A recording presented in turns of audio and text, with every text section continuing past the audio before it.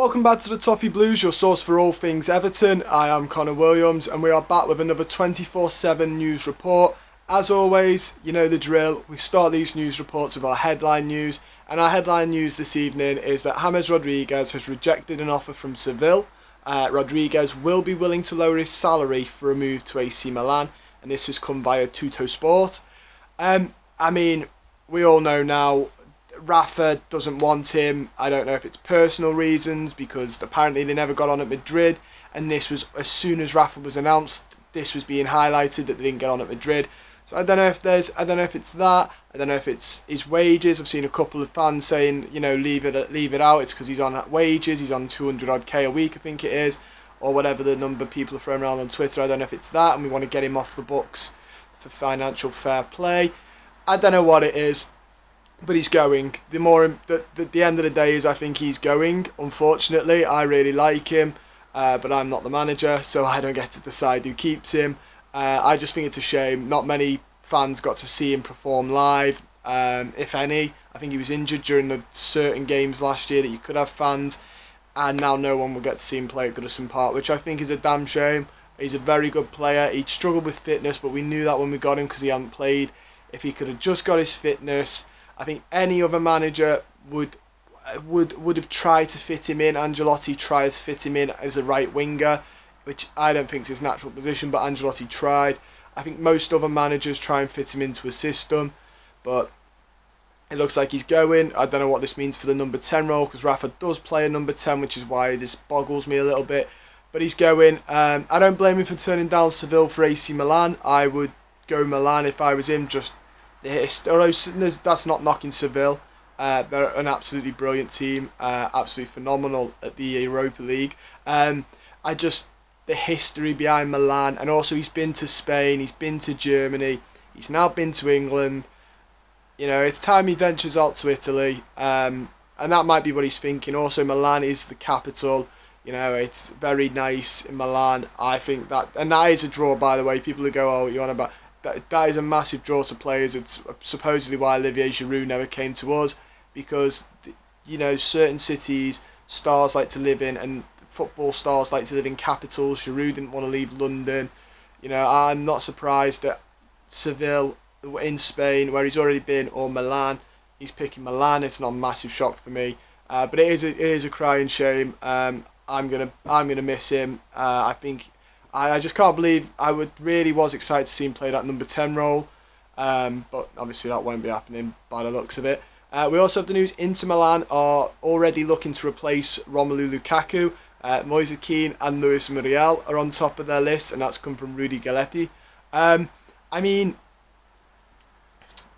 I say I like MOISE KEAN, and I do. I like the lad. I think he's got a lot of potential. The problem is when I watch him, that thought sort of leaves my head a little bit, just because of how poor he is with the ball to his feet. I will never forget the Salford game. He just could not. Every ball to his foot bounced a mile off him.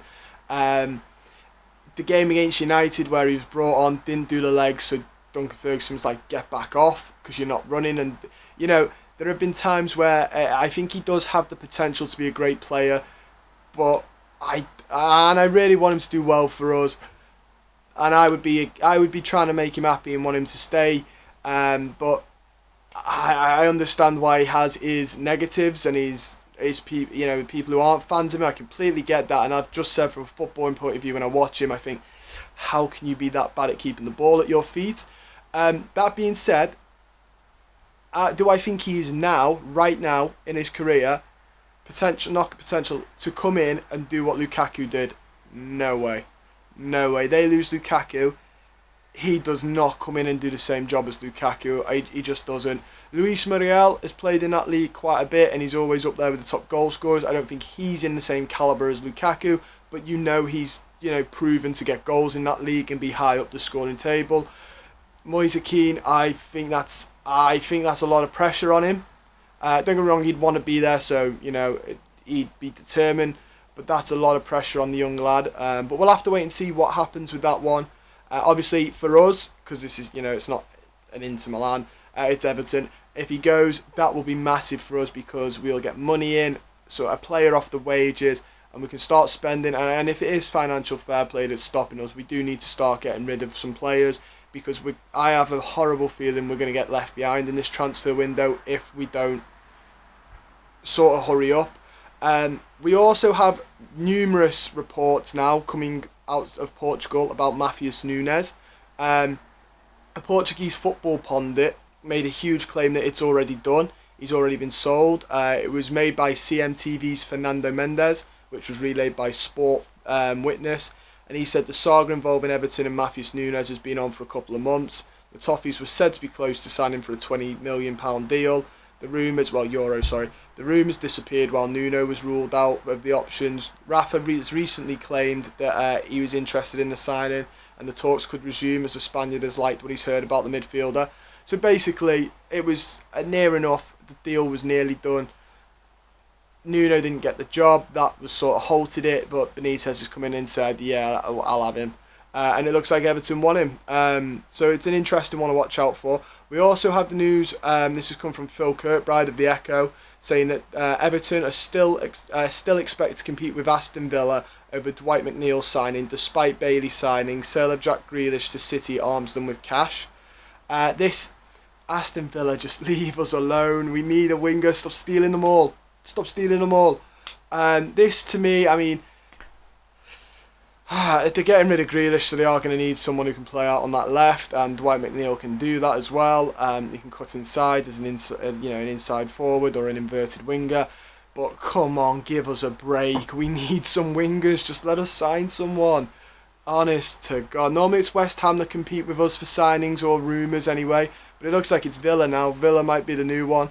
This Kazoo derby is going to be heated, because forget Kazoo, they're nicking all our signings. I really like Dwight McNeil, and I really hope that two of the wingers I like we don't see going to Villa and leaving us in the lurch, because right wing is somewhere we need. Not as important as right back. I will die on the hill, we need a new right back, but the right winger is equally as important. Speaking of the right back, Everton are evaluating whether to make a bid for Mexico's right back Jorge Sanchez after his impressive performance at the Olympics, according to a report. Sport Witness site Goal Spain is making the claim regarding the 23-year-old who plays football for America, his club Football for America. They are keen on PSV Eindhoven's Denzel Dumfries, but due to lack of money and wiggle room due to FFP, it means they cannot yet do a deal for the Dutchman.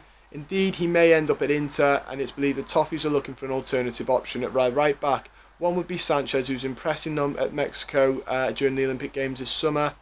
Everton have subsequently been linked with a move to him, but Goal backs up claims saying that the Blues would only be interested if Denzel Dumfries didn't come along, and at this moment in time it's just a mere observation. I think this is just Everton realising we can't pin our hopes on getting Denzel Dumfries. We can't pin all our hopes on it. It looks like it might not happen now, which would be a shame. There's another player I really wanted. And apparently we're after Max Aarons, who I've already said I would love Max Aarons, but he's going to cost a lot of money as well. I think this might be the best alternative, who might be a little bit cheaper. I did report a couple of weeks ago on the channel, that a couple of days ago, that while we were interested in him, so were Tottenham, so there's another Premier League rival to battle with.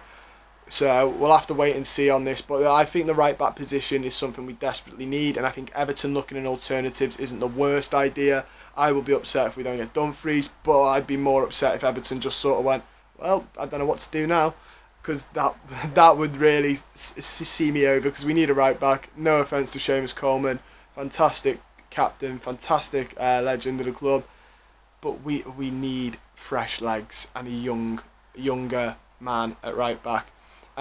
We also have the news that, again, this is Matheus Nunes' report, that there could be a change in the coming days. Sport Witness site Record is making a claim that they reckon that the deal for the Brazilian is practically done.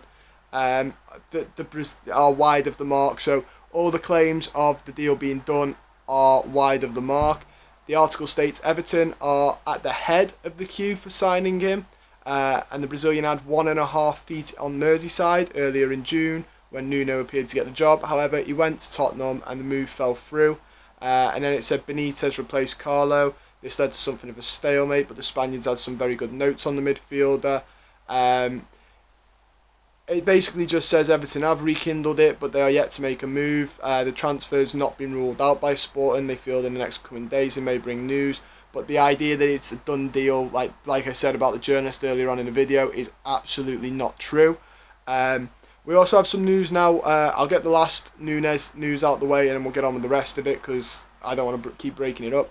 We then also heard that Sporting Lisbon have reportedly turned down a swap deal involving Andre Gomes and Nunes. The Blues are plotting to move for the Brazilian midfielder and they offered Gomes in exchange for the 22-year-old. The Portuguese outlet Ebola confirmed that that's the case and that Sporting manager Ruben Amorim wasn't keen on the offer. So even when we're trying to get rid of Andre Gomes to his home nation, his home country, Portugal, Sporting aren't interested. They'd rather keep the young lad. Either that or I think they want the money. I think, or more than honestly, they want the money, not a deal. Which, if they're anything like us, they probably need the money more than a player. So they might be looking at, in that sort of mindset. We also hear now that Everton are leading the race to sign Lazio's Joaquin Correa, according to a report. Read Everton's site Tutto Mercato as making the claim. Despite this, it's added that no club has made a suitable offer, with Lazio seeking 30 to 35 million. I said I like Correa. I've not changed. I like Joaquin Correa. He can play anywhere across that three behind the striker and could probably do a job up front. The only thing I will say is that's a lot of money for a club that is I'm constantly hearing we don't have money or financial fair play is ruining us, and many other things. That's why we're not getting Dumfries. That's why we didn't get Bailey. So I don't know. That's a lot of money, but it's two sides of the narrative. I think on top of all this, you've got City who look like they're going to spend silly money this summer, along with United who are spending every other club bar us are spending. But we've also got the problem now of some reports are saying we're absolutely cash strapped. That's it. We will struggle unless we get players out. But then we're also hearing that we're very heavily linked with a player who's worth 30 odd million. I don't know what like always with these though, we are just relaying news, so take everything with a pinch of salt. Some sources are more reliable than others. You've got to take everyone we say because we're only relaying information back, so take everything with a pinch of salt. But hopefully we can sort of get a bit more of an understanding on the situation, because at the minute it's leaving me a bit confused on what's going on. I would like a bit of clarity and a bit of a plan, an obvious plan push forward. But that's just me. Rant over. Finally, we end on Neto, potential target for Blues. Everton have been linked with a potential move for Barcelona keeper and Brazilian keeper Neto, not Pedro Neto of Wolves. The Brazilian stopper could be sold from the La Liga side this season if a reasonable offer comes in.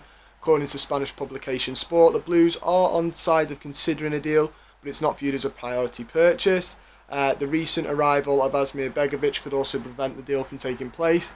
I don't think we need three goalkeepers I think Neto might be better than Begovic. He's a lot younger, but I still think we will put all our eggs in Jordan Pickford.